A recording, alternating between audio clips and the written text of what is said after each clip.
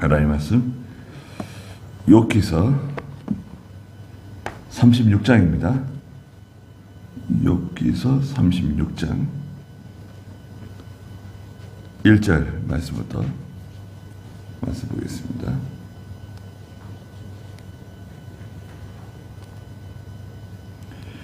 욥기 36장 1절. 엘리후가 계속하여 말했다. 당신이 조금만 나를 참아준다면 내가 보여드릴 것이니 이는 하나님을 위해 아직 할 말이 있기 때문입니다. 내가 멀리서 나의 지식을 가져와서 나를 만드신 분이 의로우심을 밝힐 것입니다. 참으로 내 말은 거짓이 아니니 지식이 온전한 분이 당신과 함께 계십니다. 그랬습니다.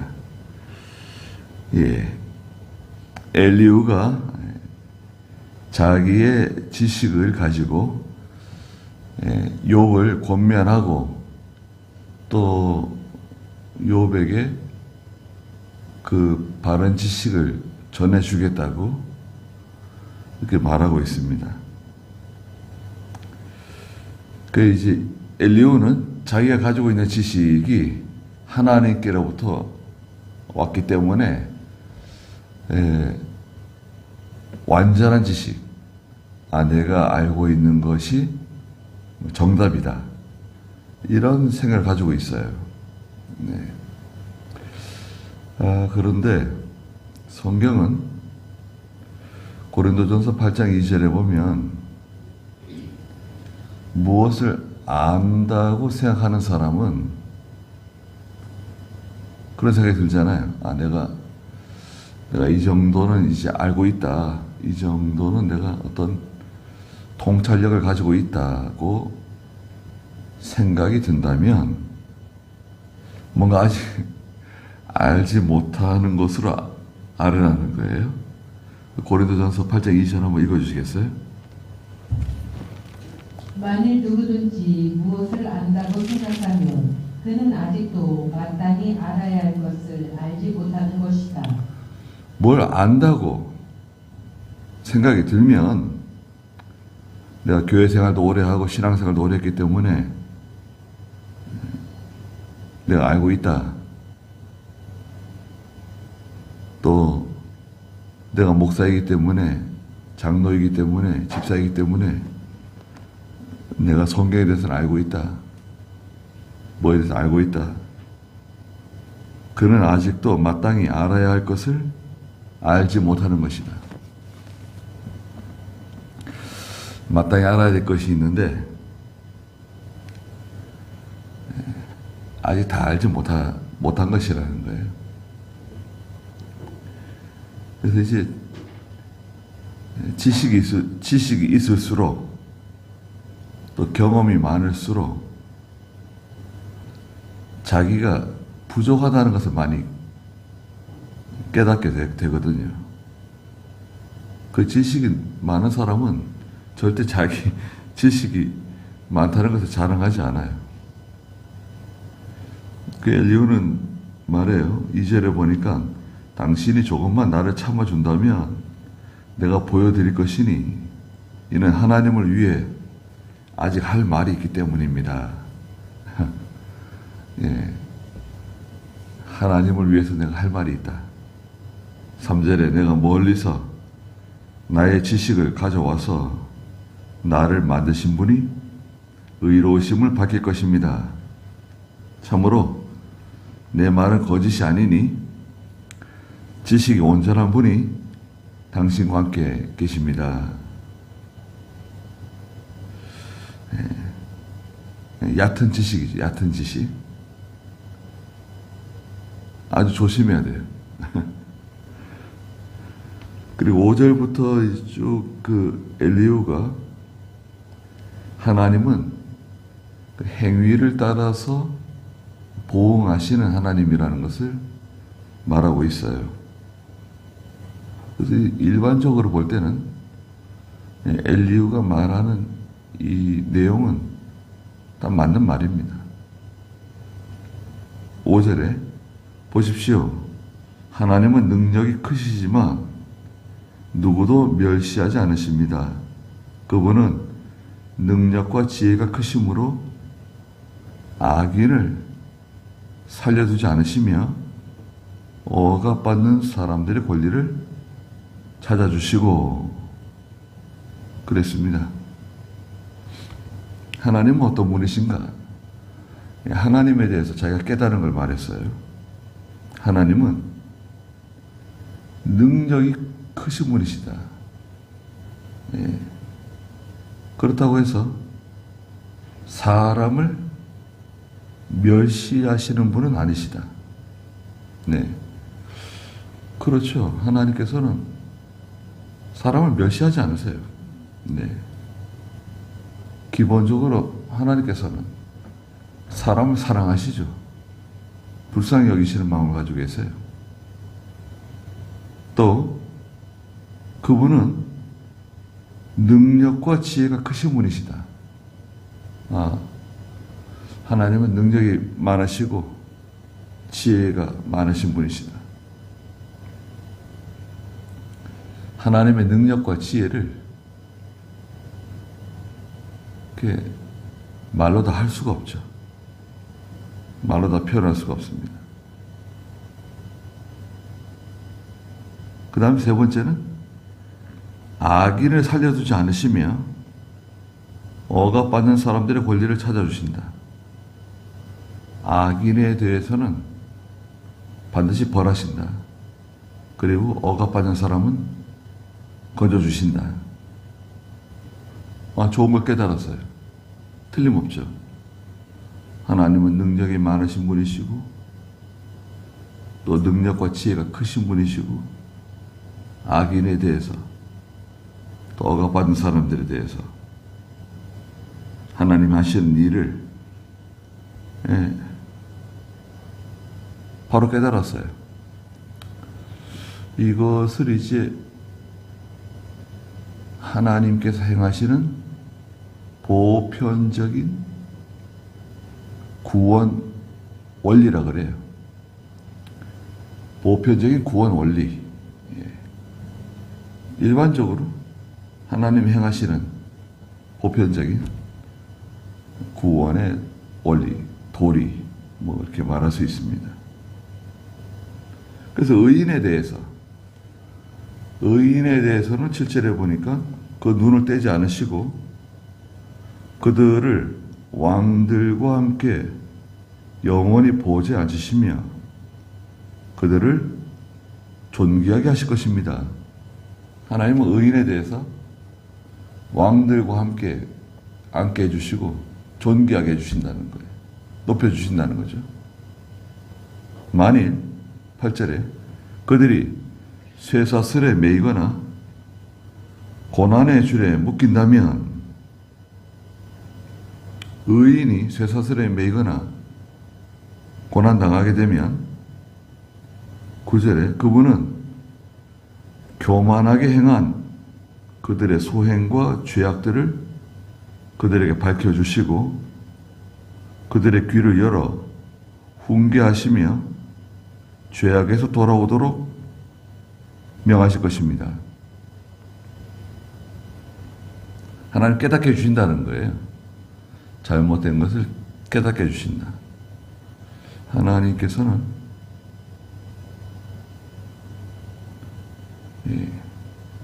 반드시 깨닫게 해주세요. 하나님의 그 사랑, 하나님의 공의는 깨달아서 회개할 길을 열어주세요.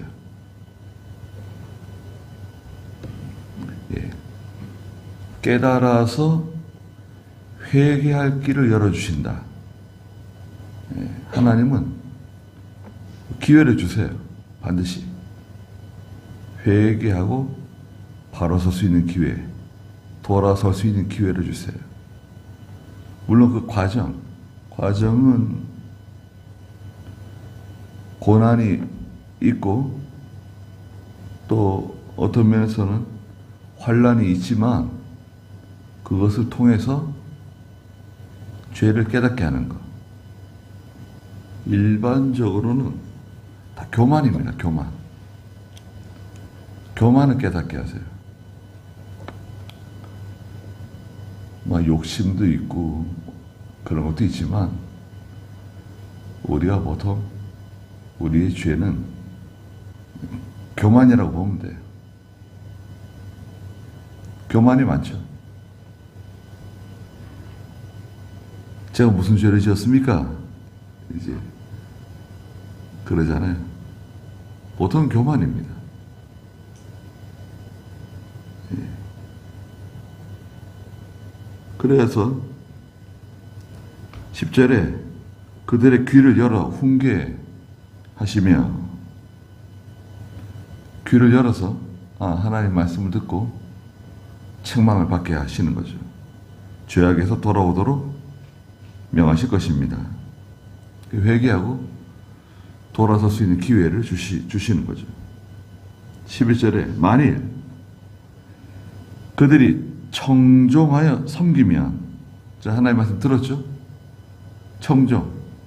청종은 마음을 기울여서 이렇게 듣는 거예요.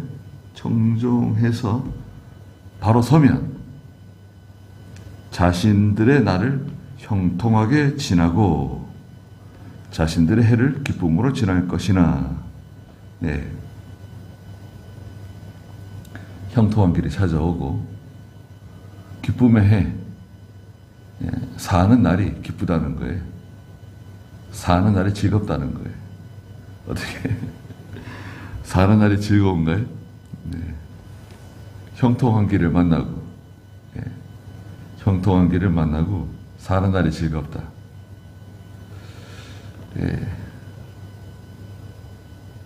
그러니까 이제 하나님의 성품, 하나님은 능력이 많으시고 사람을 멸시하지 않으신다. 또 능력과 지혜가 많으신 분이시다. 악인에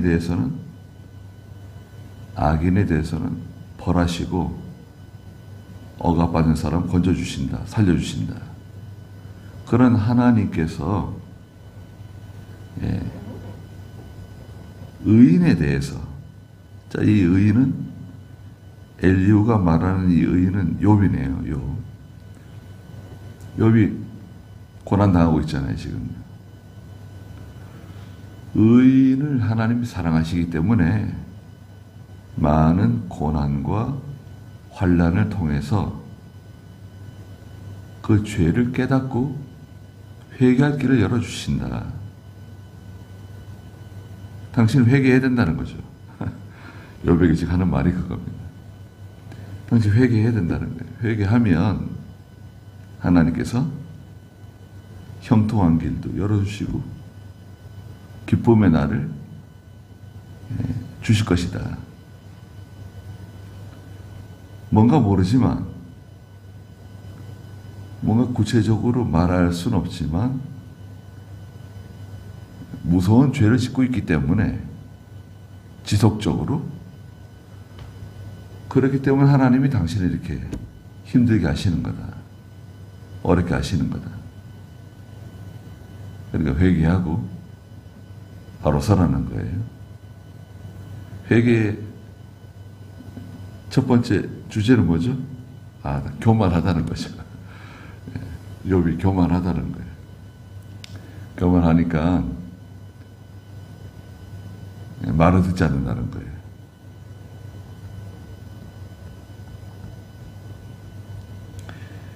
그런데 청종하지 않으면 어떻게 되냐? 하나님 말씀 잘 듣고 내 말을 잘 들으면 형통하고 기쁨의 날이 오지만, 12절에 만일 그들이 청종하지 않으면,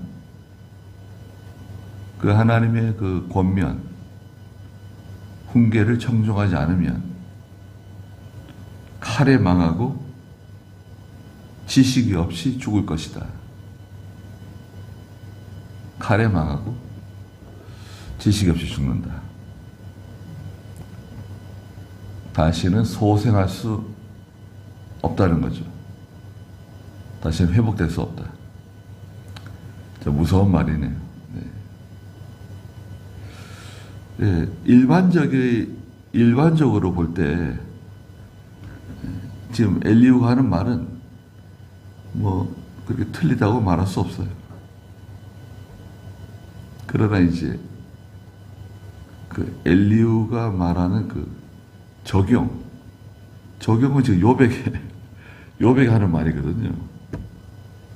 요백에는 사실 해당 사항이 없죠.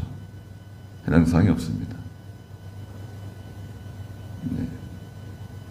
그러나 이제 그 엘리후가 말하는 그 일반적인 그 구원 원리, 하나님이 행하시는 이 일에 대해서는 적절하게 잘 말한 겁니다. 그래서 이제 하나님은 우리에게 그 회개할 기회를 주신다는 거, 그거 귀한 말입니다. 네. 당장 이게 징계를 내리고 당장 뭐 하나님께서 벌을 내리시고 그러기보다는 회개할 기회를 주신다. 어떻게 주시냐? 네, 하나님의 말씀을 통해서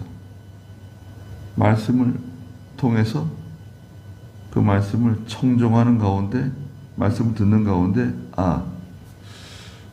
하나님이 내게 주시는 말씀이다.